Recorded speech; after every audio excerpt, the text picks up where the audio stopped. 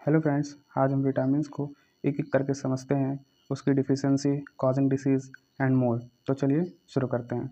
सबसे पहले हम लोग फैट सॉल्युबल विटामिन्स को देखेंगे जो कि एडेक हैं, vitamin A, D, E and के। तो चलिए लाइन बाय लाइन एक एक करके हम समझते हैं। तो सबसे पहले हम विटामिन ए समझते हैं, जिसे हम रेटिनॉल कहते हैं। इसकी बेसिक इन्फॉर्मेशन ये है, फैट सॉल्युबल विटामिन है, important for I, skin and immune system. ये फैट सॉल्युबल विटामिन है और आई, स्किन और इम्यून सिस्टम के लिए इम्पॉर्टेंट है। इसका फंक्शन देखते हैं। तो इसका फंक्शन है हेल्प्स इन नाइट विज़न, मतलब कि रात में देखने में मदद करता है। उसके बाद support growth and development in children, growth and development में हेल्प करता है बच्चों के। उसके बाद थर्ड है keeps skin and mucus membranes healthy, skin और म्यूकस मेम्ब्रेन को हेल्दी रखता है। Fourth, strengthens the immune system, मतलब इम्यून सिस्टम को स्ट्रांग बनाता है।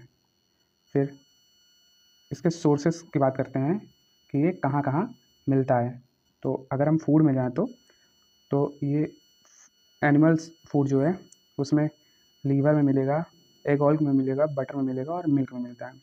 अगर हम प्लांट सोर्सेज में जाते हैं तो beta carotene, carrot, spinach, mango और पपाया, इन सब चीज़ों में विटामिन ए पाया जाता है। अब उसके बाद देखते हैं इसकी डिफिशियंसी से हमें क्या होता है। अगर विटामिन ए की कमी हो जाएगी तो हमें क्या होगा। तो नाइट ब्लाइंडनेस, नाइट ब्लाइंडनेस में रात में अंधापन होना, रात में कम दिखना या रात में अंधापन। ड्राई आइज़, जैसे हम ज़ेरोफ्थेल्मिया कहते हैं। उसके बाद फिर ड्राई एंड रफ स्किन, मतलब स्किन ड्राई हो जाती है और खुरदरी हो जाती है, रफ हो जाती है। स्टंट ग्रोथ इन चिल्ड्रन, बच्चों का ग्रोथ रुक सकता है इसमें। Stunt growth in children vitamin A की कमी से। फिर अगर ये बहुत ज़्यादा हो जाए तो, एक्सेस हो जाए तो, अगर बॉडी में बहुत ज़्यादा हो जाए, क्योंकि ये फैट सॉल्युबल है तो ये स्टोर भी होती है। तो अगर ये कहीं रुक जाए तो क्या प्रॉब्लम होगी, बहुत ज़्यादा बढ़ जाए, एक्सेस में हो जाए ज़्यादा होने पर, तो ज़्यादा होने पर headache, nausea, liver damage if taken too much through supplements. अगर हम सप्लीमेंट्स के थ्रू या फिर ऐसे ज़्यादा ले लेते हैं तो इसमें हेडेक, नोजिया, लीवर डैमेज हो सकता है, ये सब की प्रॉब्लम हो सकती है। उसके बाद हम नेक्स्ट पढ़ते हैं जो कि हमारा विटामिन डी है, जिसे हम कैल्सिफेरॉल कहेंगे। तो इसकी बेसिक इन्फॉर्मेशन देखते हैं। तो ये भी फैट सॉल्युबल विटामिन है, क्योंकि हम एडेक ही पढ़ रहे हैं इस टाइम, तो सारे फैट सॉल्युबल ही होंगे। उसके बाद also called sunshine vitamin, body makes it from sunlight, sunlight से भी मिलती है, इसलिए इसे सनशाइन विटामिन कहते हैं। बेसिकली ये सनलाइट से ही ज़्यादा हमें मिलती है। तो इसका फंक्शन है कि पहला, helps observe calcium and phosphorus, calcium और फॉस्फोरस को ऑब्जर्व करने में हेल्प करती है।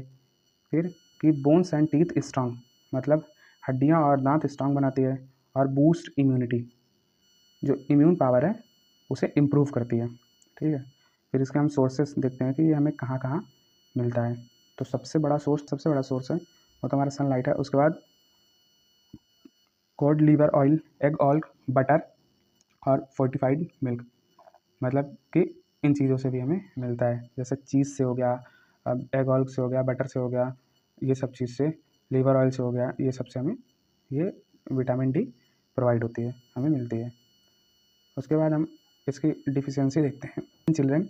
देखो डिफिशियंसी विटामिन डी मैंने पिछले लेक्चर में भी, जिसमें मैंने थोड़ा सा मतलब एक ओवरव्यू दिया था उसकी डिफिनेशन और उसके साथ, तो उसमें भी मैंने बताया था कि विटामिन डी की कमी से हमें क्या क्या होता है। तो विटामिन डी की कमी से हम चिल्ड्रंस में रिकेट्स होता है और एडल्ट्स में ऑस्टियोमलाइसिया, लगभग दोनों सेम ही है। लेकिन इसमें क्या होता है, चिल्ड्रन में जो रिकेट्स होता है इसमें सॉफ्ट और वीक बोन हो जाती हैं, बोन्स जो हैं वो सॉफ्ट हो जाती हैं और काफ़ी कमज़ोर हो जाती हैं।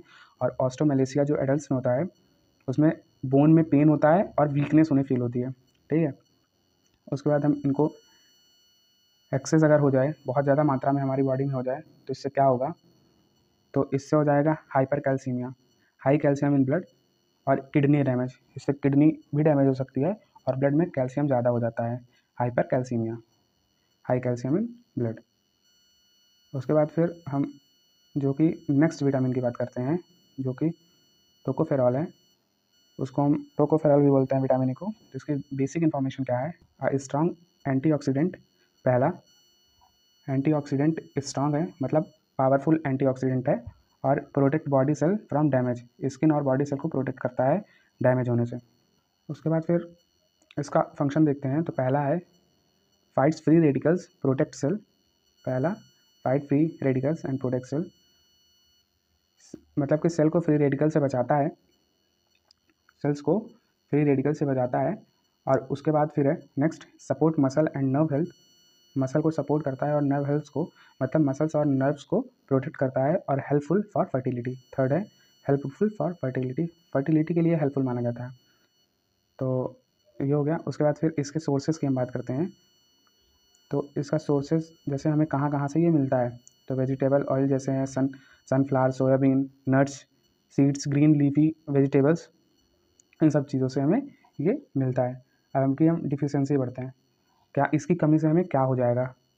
तो जो है रेयर करके होती है ये, और can cause muscles weakness, nerve damage and anaemia in premature babies. Muscles में वीकनेस होना, नर्व में प्रॉब्लम होना, प्रीमैच्योर बेबीज़ में एनीमिया हो जाना। एनीमिया क्या होता है? एनीमिया होती है एक तरफ से बहुत सी एनीमिया होती हैं, लेकिन बेसिकली हम ये देखते हैं कि आरबीसी की कमी होना, एचबी लेवल का कम होना एनीमिया है। सबसे बेसिक जो एनीमिया होता है उसे हम आयरन डिफिशिएंसी एनीमिया कहते हैं, मतलब कि आयरन की कमी से, तो इससे एनीमिया होने के भी चांसेस बहुत ज़्यादा हैं। अगर एक्सेस हो जाए तो क्या है, अगर एक्सेस मात्रा में हो जाएगा, बहुत ज़्यादा हो जाएगा, तो may cause bleeding problem, affect blood clotting, मतलब ब्लीडिंग प्रॉब्लम हो सकती है और ब्लड क्लॉटिंग स्लो हो जाती है इसके। ब्लड क्लॉटिंग मतलब कि खून का थक्का जमना। तो अगर इसकी मात्रा ज़्यादा हुई तो ब्लीडिंग प्रॉब्लम हो सकती है और इफेक्ट ब्लड क्लॉटिंग में भी ये इफेक्ट कर सकता है, ब्लड कोएगुलेशन में। फिर हम विटामिन के की बात करते हैं, जो कि हमारा लास्ट है। तो चलिए इसको भी हम थोड़ा सा देखते हैं। इसकी बेसिक इन्फॉर्मेशन ये है, एसेंशियल फॉर ब्लड क्लॉटिंग। मैंने उसमें भी बताया था कि आपको कि विटामिन के से हम कोएगुलेशन पढ़ेंगे और उसे हम क्लॉटिंग में, हमारा सबसे ज़्यादा इसका अहम रोल ब्लड क्लॉटिंग में ही होता है। तो सबसे सही इसका जो एसेंशियल है, एसेंशियल फॉर ब्लड क्लॉटिंग। उसके बाद फिर इसका फंक्शन देखेंगे तो help in forming blood clots, stop bleeding after a cut, मतलब कि ब्लड क्लॉट बनाता है, ब्लड को क्लॉट करता है, फॉर्मिंग ब्लड क्लॉट, जब कहीं कट वट लग जाए, कट लगने पर ब्लड रोकता है, यही इसी की वजह से ब्लड क्लॉटिंग में ये हेल्प करता है, ब्लड क्लॉट करता है। ठीक है। उसके बाद फिर दूसरा है सपोर्ट बोन हेल्थ, और बोन की हेल्थ में भी ये काफ़ी ज़्यादा सपोर्ट करता है, मतलब बोन को ये काफ़ी स्ट्रांग बनाता है।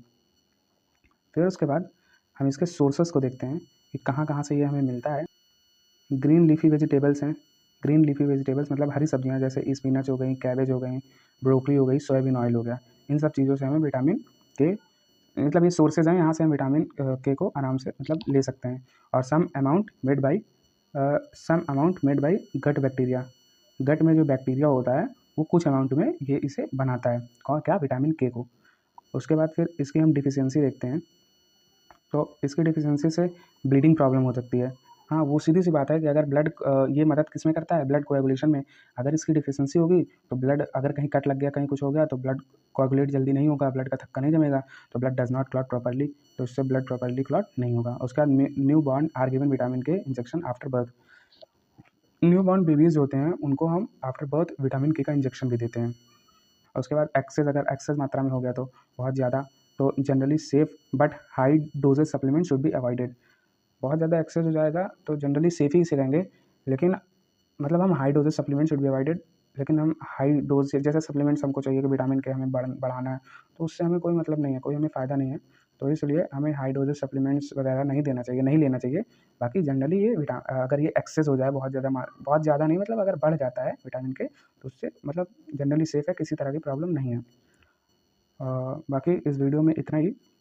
हम नेक्स्ट वीडियो में, इस पे हमने फैट सॉल्वर पढ़ा, उसमें हमें वाटर सॉल्वर पढ़ेंगे। उसके साथ साथ हम और भी चीज़ें जानेंगे, जैसे टेस्ट हम इस पे क्या क्या टेस्ट करवा सकते हैं, किसी की कमी हो, जैसे विटामिन डी का होता है, विटामिन के का होता है, ये सब हम चीज़ें जानेंगे उसमें। और भी थोड़ी बहुत प्रिकॉशंस जानेंगे, हमें कैसे मतलब डेली रूटीन में हमें लेना चाहिए, उस हिसाब से हम समझेंगे। बाकी इस वीडियो में इतना ही, मिलते हैं हम आपको नेक्स्ट वीडियो में, और उसका विटामिन का लास्ट वीडियो भी रहेगा। तब तक के लिए bye bye and thank you.